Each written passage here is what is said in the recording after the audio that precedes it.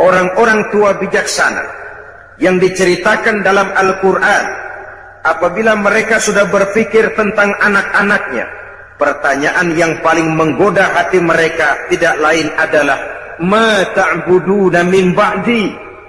Ini yang ditanyakan Nabi Yakub kepada anak-anaknya. Ini yang ditanyakan Nabi Ibrahim dan Nabi Ismail kepada putra-putranya. Ma ta'buduna min ba'di. Kalau ayahmu nanti tidak ada lagi, nak, apa yang akan kamu sembah? Kalau bapakmu sekarang masih mau iktikaf di masjid, masih melaksanakan rukuk dan sujud, masih mendirikan sholat. Kalau orang tuamu sudah tidak ada lagi nanti, nak, ma ta'buduna min ba'di. Apa yang akan kamu sembah? Masih maukah kau iktikaf di masjid? Masih maukah kau rukuk dan sujud? Masihkah kau mendirikan sholat menyembah Allah? Ini pertanyaan yang menggoda orang-orang tua terdahulu. Kita orang tua di zaman sekarang, pertanyaan kita yang pertama kepada anak-anak kita bukan ma ta'buduna min ba'di. Yang kita tanya, ma ta'kuluna min ba'di. Kalau bapak lu nggak ada, nanti lu makan apa, tong? Perkara anak mau menyembah apa, itu nomor 18. Yang penting makan apa lu nanti. Oleh sebab itu selalu saya mengingatkan, kita boleh bersedih kalau anak tidak mengerti komputer. Kita boleh merasa rugi kalau anak tidak mengerti matematika. Kita boleh bersedih sebagai orang tua kalau anak buta bahasa Inggris misalnya. Tapi tahukah kita bahwa tidak ada satu kemalangan yang lebih malang selain daripada kalau kita mempunyai anak-anak yang jauh dari nilai-nilai iman. Alangkah hebatnya kalau anak-anak kita itu ahli komputer, imannya mantap. Ahli matematika, akidahnya kuat. Bahasa Inggrisnya fasih, keyakinannya teguh. Otaknya boleh Jerman, tapi hatinya tetap Mekah. Ada keseimbangan. Punya stabilitas temperatur batin. Sehingga dengan demikian jiwanya tidak lentur dan luntur. Ia tidak kehilangan idealisme di tengah jalan. Beriman kepada Allah dengan sebenar-benarnya, meresap sampai ke tulang sumsum yang dibuktikan dengan amal perbuatan kita. Kalau sekedar beriman, sekedar berucap saja rasanya mudah. Sebab itu yang dikatakan iman yang sebenarnya itu ialah iqrarun bil lisan wa tasdiqun bil qalbi wa amalun bil arkan. Diucapkan dengan lidah, dibenarkan oleh hati, diamalkan oleh seluruh anggota badan. Maka nilai iman juga lalu bertingkat. Ada orang yang nilai imannya baru kepada tingkat iqrarun bil lisan, sekedar ucapan lidah, belum berakar ke hati. Iman yang begini nih, yang kesenggol supermi 3 bungkus amburadul. Imannya baru sekedar iqrarun bil lisan, sekedar ucapan lidah, belum berakar di hati. Mudah goyah seperti buih di lautan. Ada yang selain sudah diucapkan oleh lidah, dimantapkan, dibenarkan oleh hati. Lidahnya mengucapkan amantu billah, saya beriman kepada Allah. Hatinya meyakinkan itu sedalam-dalamnya, tapi belum diamalkan melalui anggota badannya. Oh, saya sih biar nggak sembahyang, iman mantep, mas. Mantep. Jangan coba-coba ganggu agama saya, tak celurit sampean. Sembahyang enggak, agama dihina, marah bukan main. Ya lumayan. Fanatismenya tinggi. Saudara-saudara, nilai iman yang tertinggi itu setelah diucapkan oleh lidah, diamalkan oleh seluruh anggota, dibenarkan oleh hati, diamalkan oleh seluruh anggota badan. Nyawa taruhannya, iman tidak goyah. Nah, beriman kalau belum dapat hidayah itu sulit. Tapi menjaga iman setelah mendapat hidayah jauh lebih sulit. Tantangan semakin berat. Tapi mari pada kesempatan ini kita bercermin dari perjalanan hidup seorang wanita bernama Masito. Saudara kenal Masito? Kenal? Di mana kenalannya? Dalam sejarah, Masito ini wanita budiman yang teguh menjaga iman. Menurut riwayat, dia ini kan hidup dan tinggal di istana Fir'aun menjadi penyisir rambut keluarga istana. Satu hari sedang menyisiri rambut, jatuh sisir itu. Mulutnya refleks berkata, "Ya Allah," sisir jatuh ke bawah. Kata-kata Allah ini didengar oleh intel Fir'aun. Dilaporkan kepada Fir'aun. "Lapor, bos." Kata Fir'aun, "Ada apa?" "Ada bahaya." "Bahaya apa?" "Ada orang menyebut-nyebut Allah. Ini kan bisa mengganggu stabilitas ketuhanan Tuhan ini. Kalau dibiarkan bahaya." "Oh, begitu?" "Iya." "Siapa manusianya?" "Masito." "Masito?" "Oh. Tangkap. "Masito, saya ada dengar-dengar kamu menyebut-nyebut Allah ya?" "Ya." "Emangnya kenapa?" "Siapa Allah itu, Masito?" "Allah itu Rabbi wa Rabbukum, Tuhan saya dan Tuhan-Tuhan juga." "Lah, jadi saya ini kau anggap apa, Masito?" "Tuhan adalah Tuhan dan Tuhan bukan Tuhan." "Masito, gendeng sampean." Satu Mesir orang menyembah saya semua. Tiba-tiba kau menyatakan ada Tuhan lain selain saya. Keyakinanmu membahayakan posisi saya, Masito. Sudahlah, kamu jangan macam-macam. Kamu mau apa sih? Rumah? Kendaraan? Beras? Supermi? Beasiswa? Sudah, jangan bertuhankan Allah. Tuhanmu saya saja sudah. Tidak bisa, Masito. Tidak bisa, Fir'aun, kata Masito. Rabbi Allah, Tuhan saya tetap Allah. Kamu tetap dengan keyakinanmu seperti itu? Tetap. Dan kamu tahu resikonya? Apa? Kamu akan saya siksa, Masito. Silahkan. Kamu berani? Demi iman. Kamu memang gila, Masito. Fir'aun, Tuhan boleh beli jasad saya, tapi jangan mimpi bisa membeli jiwa saya. Tuhan boleh kuasai jasmani saya, tapi jangan mimpi bahwa Tuhan akan bisa menguasai akidah dan keyakinan saya. Nekat kamu, Masito ya. Apa boleh buat, On? Fir'aun, itu tuh manggilnya On. Tidak cuma sekedar saya siksa, Masito, kamu akan saya bunuh. Boleh? Kamu tidak takut mati? Sekarang saya mati, nanti juga saya mati, Fir'aun. Dan bagaimanapun lebih baik mati berkalang tanah daripada hidup bercermin bangkai.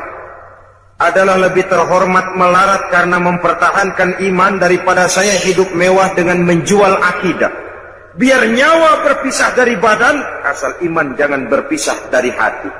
Terlalu mahal akidah ini kalau harus ditukar dengan kesenangan dunia yang tidak seberapa, Un. Tidak cuma kamu, Masito, anak-anakmu akan saya bunuh. Boleh. Kamu tidak sayang dan cinta kepada anak-anakmu?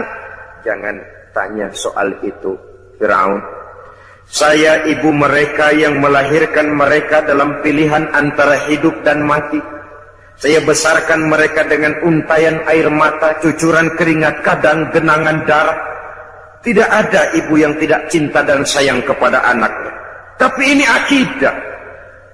Iman saya lebih mahal daripada kecintaan saya kepada anak-anak saya. Saya rela berpisah dengan mereka untuk iman.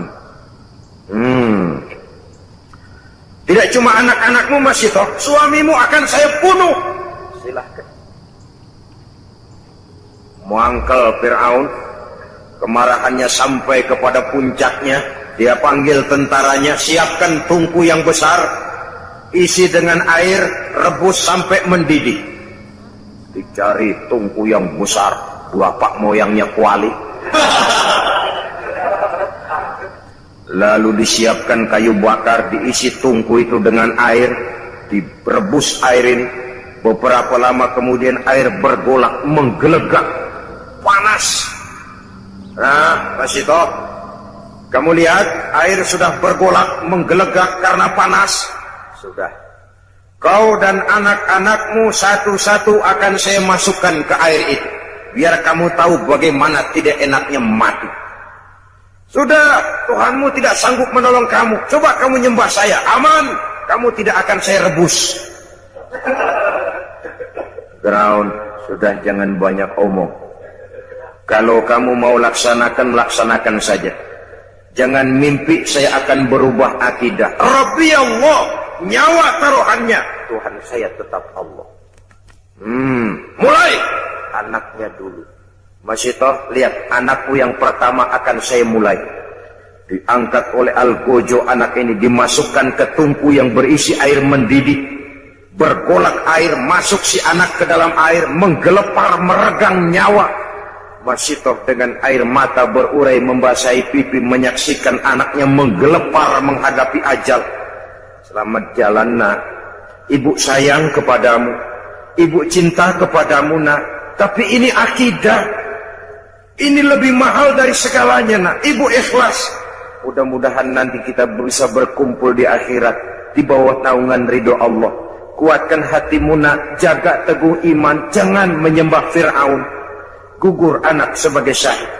Anaknya yang kedua, ketiga dan selanjutnya Masyitoh sendiri sampai kemudian suaminya, seluruhnya gugur di air yang mendidih untuk mempertahankan iman.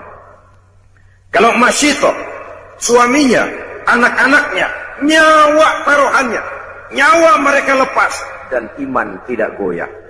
Adakah intan yang lebih mahal? Adakah mutiara yang lebih berharga selain daripada nilai-nilai iman ini? Tidak ada. Jikalau dia hancur, jikalau dia sudah tidak ada, apalagi yang bisa kita banggakan di dalam kehidupan. Sebab itu, satu kali la ilaha illallah. Mari kita pasang tekad sampai mati, sampai tetes darah yang paling penghabisan, tetap la ilaha illallah. Karena Islam kita hidup, untuk Islam kita berjuang, dan dalam Islam kita ingin kembali menghadap Allah Subhanahu wa ta'ala. Saudara-saudara kaum muslimin rahimakumullah. Yang kedua, setelah beriman kepada Allah juga wa rasulih, yaitu beriman kepada Rasul Allah. Beriman kepada Rasul tidak hanya sekedar percaya bahwa Allah telah mengutus Nabi Adam alaihi salam, bahwa Allah telah mengutus Nabi Nuh, bahwa Allah telah mengutus Nabi Ibrahim. Saudara-saudara kaum muslimin rahimakumullah, seluruh Rasul yang diutus oleh Allah, yang 25 jumlahnya yang wajib kita kenal namanya itu, seluruhnya berasal dan bersumber dari satu Tuhan yang sama. Maka ajaran yang mereka bawa tentang Tuhan pasti sama. Intinya pada kalimat la ilaha illallah. Nabi Nuh tentu beliau mengajarkan kepada umatnya la ilaha illallah, Nuh Rasulullah. Nabi Ibrahim tentu beliau mengajarkan kepada umatnya la ilaha illallah, Ibrahim Rasulullah. Nabi Musa tentu mengajarkan kepada umatnya la ilaha illallah, Musa Rasulullah. La ilaha illallahnya itu sama. Seluruh dari Rasul yang 25 sumbernya sama dari Allah. Maka ajaran mereka tentang Tuhan pasti sama. Jadi kalau ada Rasul yang mengajarkan bahwa ada Tuhan lain selain daripada Allah, jelas itu Rasul pabriknya lain. Udah kena assembling itu. Sepanjang sumbernya sama dari Allah Subhanahu wa ta'ala, ajarannya tentang Tuhan pasti sama. Tidak logik, tidak bisa diterima akal. Kalau Allah mengutus Nabi Nuh lalu bilang, Nuh ajarkan kepada umatmu aku Esa. Diutus lagi Nabi Ibrahim, Ibrahim sampaikan kepada umatmu aku dua. Diutus lagi Nabi Isa, Isa ajarkan kepada umatmu aku tiga. Ini Tuhan macam apa ini? Tuhan tidak konsekuen. Kepada seluruh Rasul yang diutus Allah, misinya sama, prinsipnya la ilaha illallah. Kenapa Allah memerlukan mengutus Rasul? Apa tidak bisa Allah berhadapan langsung saja dengan manusia? Bisa. Tapi keterbatasan manusia itulah yang tidak memungkinkan manusia untuk secara langsung berhadapan dengan kebesaran Allah Subhanahu wa ta'ala. Maka dengan sifat rahmahnya Allah diutus para rasul.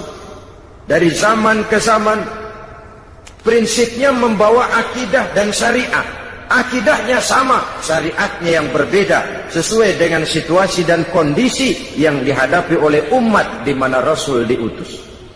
Jadi tidak hanya cukup sekedar saya percaya bahwa Allah telah mengutus Nabi Nuh, Allah telah mengutus Musa, Ibrahim, Dawud, Sulaiman, Isa dan lain sebagainya, tapi mengikuti ajaran dan petunjuk Rasul yang diutus kepada kita. Sejak Nabi Muhammad sampai akhir zaman, petunjuk beliaulah yang berlaku. Jadi kalau kita hidup di zaman sekarang mengikuti syariat yang dibawa oleh Nabi Ibrahim, kedaluarsa, terlambat.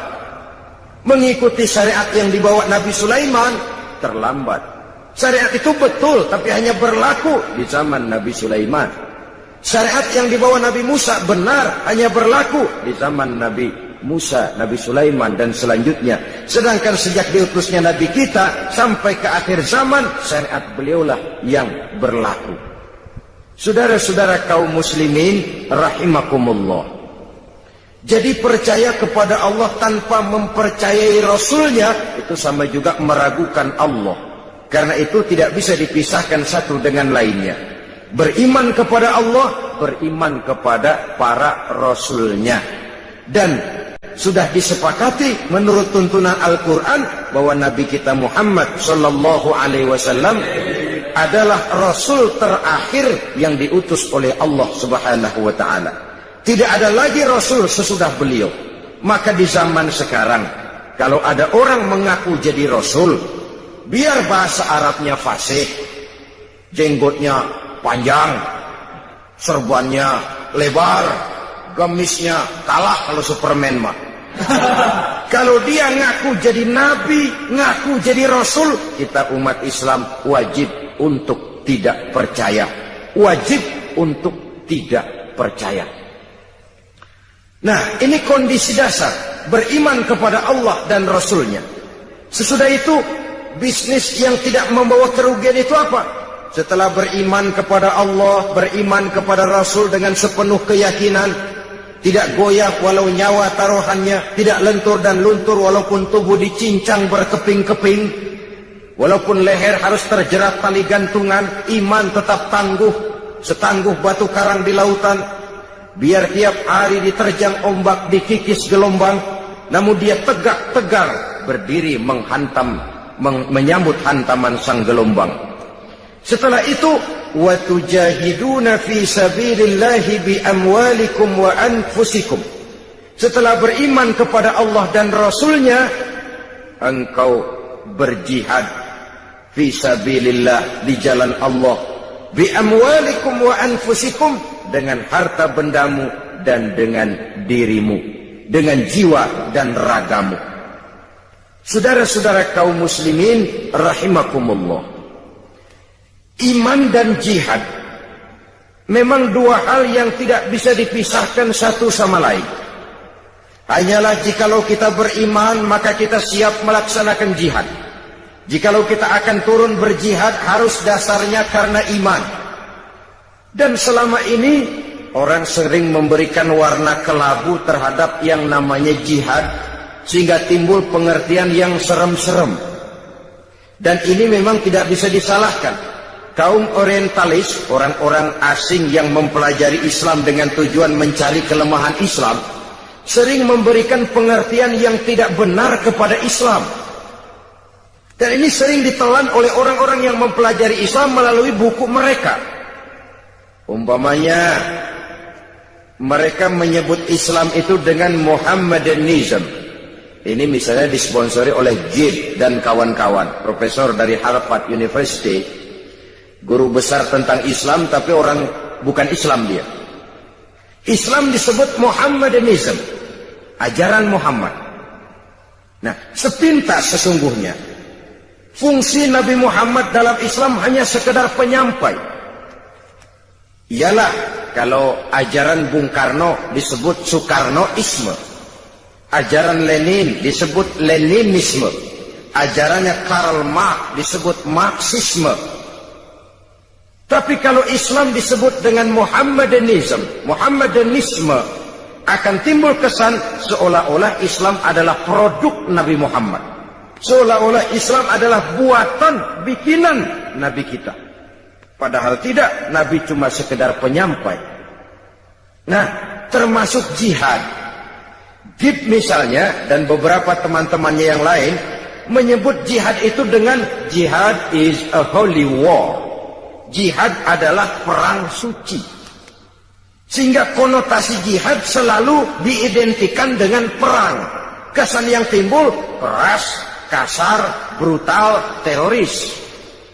Maka akibatnya tiap kali kita bicara soal jihad, orang a priori curiga, memandang kita dengan su'uzon. Aha, umat Islam sudah siap jihad, ngasah pedang, ngasah tombak, ngasah panah, siap bertempur ke medan perang. Bahwa perang untuk membela agama, bukan untuk memaksakan agama, merupakan bagian kecil saja dari jihad, ya. Tapi bahwa jihad bukan sekedar perang, itu harus dipahami.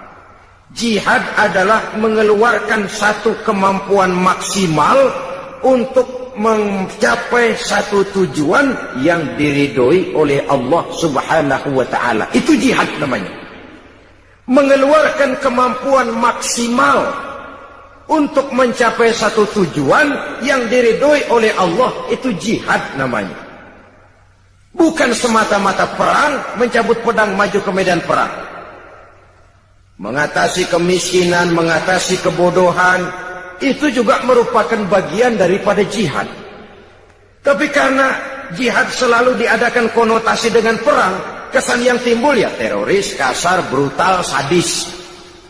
Dan itu memang sengaja ditiupkan oleh kaum orientalis, sebab mereka paling takut dengan semangat jihad daripada umat Islam ini.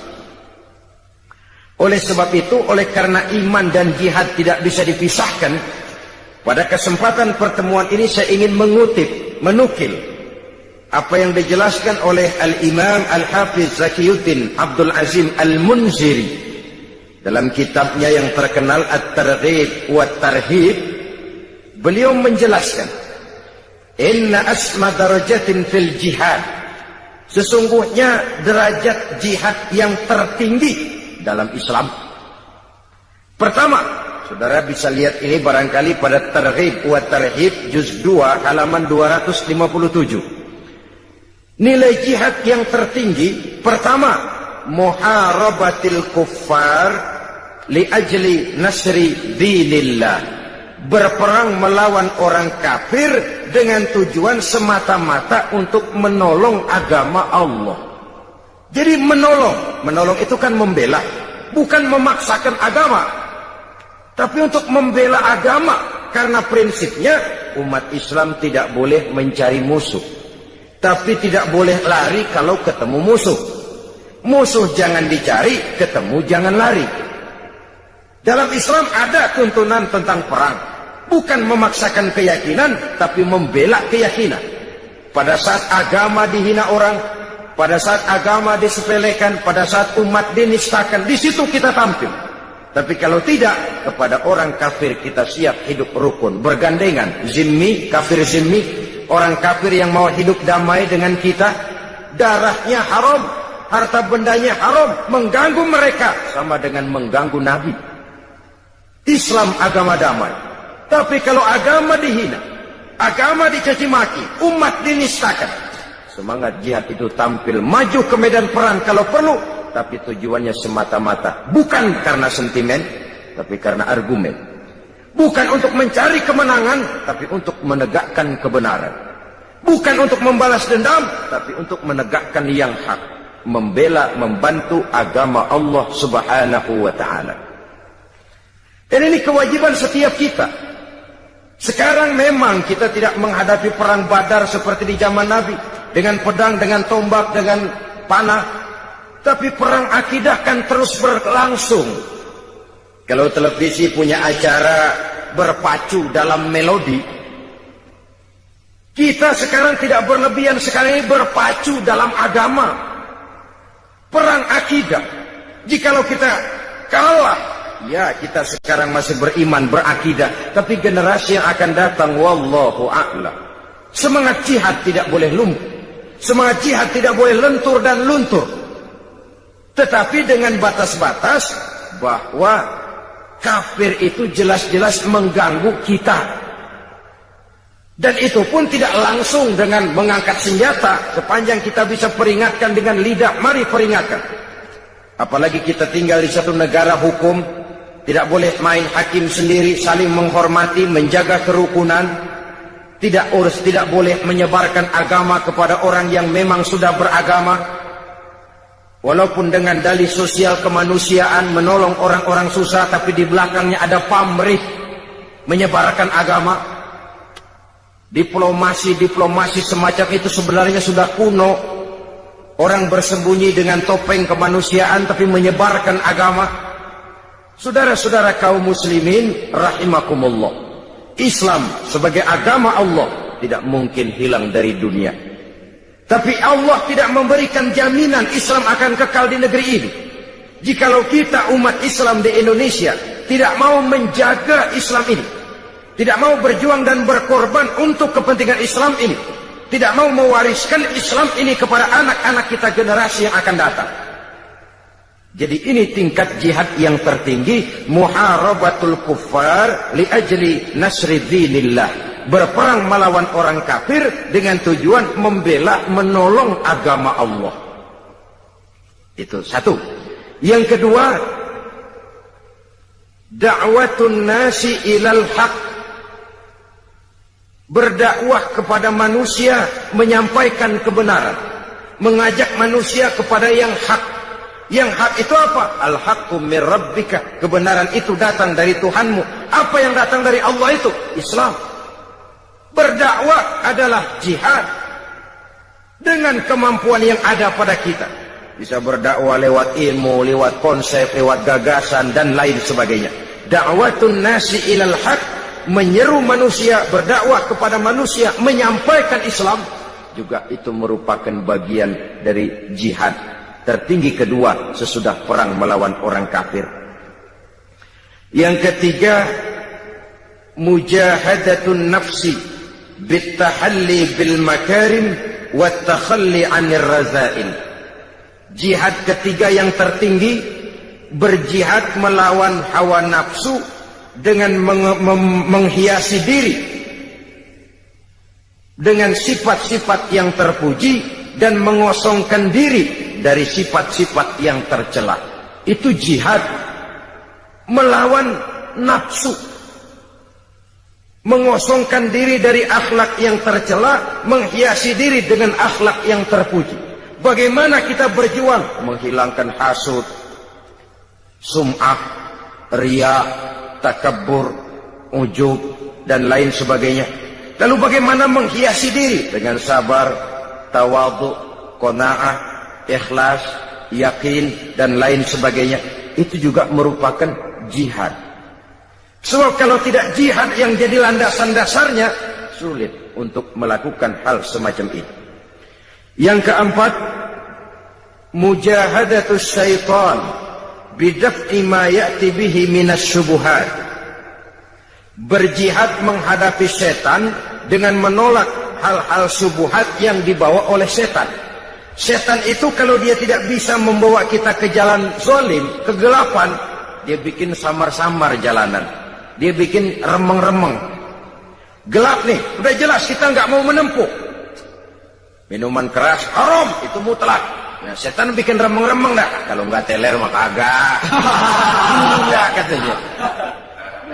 Dibikinnya remeng-remeng. Itu menolak yang kayak begitu itu memerlukan jihad.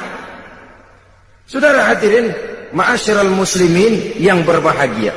Kalau tidak bisa diyakini kita dengan jalan kegelapan yang sesat, dibikinnya kita remeng-remeng, samar-samar, sehingga akhirnya sulit lagi untuk membedakan antara yang ma'ruf dan yang munkar. Pada klimaksnya nanti oleh setan dibalik, yang ma'ruf dia jadi munkar, yang munkar jadi ma'ruf. Terjadilah penjungkiran nilai. Itu yang keempat. Yang kelima, tarku majalisi su'i, meninggalkan majelis yang jahat, meninggalkan lingkungan pergaulan yang jahat. Kita tahu lingkungan sangat besar pengaruhnya dalam ikut membentuk kepribadian manusia. Sehingga kata Syauqi dalam sebaik syairnya, man asyaral asrafa asya musyarrafan wa muasyiral anzali ghairu musyarrafin. Awalam taral jildal hakira muqabbalan bisagri lamma sara jildal mushaf. Siapa yang berteman dengan orang mulia, dia akan ikut menjadi mulia. Tapi siapa berteman dengan orang hina, dia tidak akan ikut menjadi mulia. Tidakkah kau lihat, kata Syauqi, betapa kulit kambing yang hina dicium orang ketika berteman dengan Quran. Kulit kambing itu rendah, hina. Kalau dia sendirian gak ada yang mau cium kulit kambing. Tapi begitu dia disamak, jadi kantong Quran, orang pakai minyak wangi ke kulit kambing. Dibawa, diambil, dicium dulu, dijunjung tinggi. Kenapa? Kantong Quran. Kulit kambing berteman sama Quran, mujur, dihormati orang. Lantaran temannya Quran. Tapi begitu tuh kulit kambing berteman sama kayu, jadi beduk. Orang kemplang dulu. Subuh gelap-gelap orang kemplangin udah. Itu kalau dipikir-pikir dikit banget tuh. Salam ini temen doang tuh kulit kambing. Yang temennya Quran dihormatin, yang temennya kayu lantaran beduk, orang gaplokin dulu. Jadi terutama adik-adik remaja, para pemuda, sebagai pemuda bergaul dengan siapa saja silakan bergaul, tapi harus punya filter. Namanya remaja tidak bergaul pun tidak baik. Ndelohom gelenggem di rumah, ngitungin kasok mulu. Bergaulah. Dengan bergaul nuansa pandangan wawasan terbuka. Dengan bergaul banyak yang kita serap dari pergaulan. Tapi harus punya filter. Meninggalkan lingkungan pergaulan yang jahat. Dia kenal penjahat boleh untuk terhindar dari kejahatannya. Tapi jangan lupa kadang-kadang getahnya ngikut. Saudara hadirin yang saya hormati, jadi dengan demikian lingkungan pergaulan ini sangat besar pengaruhnya dalam ikut membentuk kepribadian manusia. Oleh karena itu, tarku majalisi su'i, meninggalkan lingkungan yang jahat, itu jihad. Dan itu berat. Orang kalau ngadain kumpulan ngaji, seret banget, kayak narik bambu dari ujung. Kita getok rumahnya, ngajinya, duluan dah. Duluan, ntar saya nyusul belakangan. Ya tentu, masa nyusul duluan, tentu saja belakangan. Saudara-saudara, tapi kalau kita membentuk satu pub, satu klub yang tidak berorientasi kepada kehidupan beragama, itu gampang benar suburnya itu. Banyak peminatnya. Tapi kalau sudah namanya majelis taklim atau kegiatan sosial menyantuni yatim piatu, peminatnya rasanya langka, seret. Coba adakan pengajian. Kadang-kadang yang datang dari itu ke itu juga. Tapi begitu pengajian bikin piknik, 2016 yang dapat. Banyak bukan main. Ini kan apa yang disabdakan Nabi. Zuyyina apa? Huffatil jannatu bil makarih wa huffatin naru bis syahawat. Bahwa surga dan jalan yang menuju ke surga dikelilingi oleh hal-hal yang tidak menyenangkan. Sebaliknya, neraka dan jalan yang mengarah kepada neraka diliputi dengan hal-hal yang sangat menyenangkan. Karena itu ini juga merupakan jihad. Meninggalkan lingkungan jahat. Sebab lingkungan yang jahat itu magnetnya kuat sekali. Dorongannya kuat sekali. Ya kadang-kadang karena gengsi, masa anak muda kayaknya nggak bisa teler, kayaknya kuno banget. Nah, rangsangan semacam ini lalu mencoba ikut-ikutan untuk ya menikmati, setidaknya pernah ngerasain teler begitu, nggak ketinggalan zaman. Ini juga memerlukan jihad. Karena itu saya titipkan sekali lagi, bergaul dengan siapapun persilahkan, tapi harus punya filter. Karena lingkungan pergaulan sangat besar pengaruhnya dalam ikut membentuk watak dan kepribadian manusia. Tidak mustahil orang yang lingkungannya baik-baik, tapi karena terpengaruh oleh pergaulan yang tidak baik, berubah jadi tidak baik. Di kampungnya mas santri, datang ke Jakarta pakai peci, sarungan, assalamualaikum, kena aja angin Jakarta, lepok. Celeng, saudara-saudara. Malum angin Jakarta ini panas. Jadi dengan demikian, yang kelima, meninggalkan lingkungan yang jahat. Yang keenam, yang masuk bagian daripada jihad itu al-iqbalu 'alan nasihati wal 'amalu biha. Menerima nasihat dan mengamalkannya, itu juga jihad. Dan itu berat. Apalagi kalau nasihat itu kira-kira ngetok jidat kita. Itu berat loh nerimanya. Orang bilangin, kamu ini punya penyakit hasud. Kita memang punya penyakit itu, tapi kadang-kadang harga diri kita yang muncul. Tapi jadi gua lu bilang. Tuan gua sama lu. Tuaan katanya. Apalagi yang bilangin anak baru kemarin, lu ngasih tahu lu sunat, gua yang mangkuk lu. Gengsi yang lalu timbul. Menerima nasihat dan mengamalkannya secara ikhlas itu berat, karena itu mengakui kekurangan diri. Sehingga Nabi pesan apa? Tuba liman syaghalahu aibuhu an uyubin nas.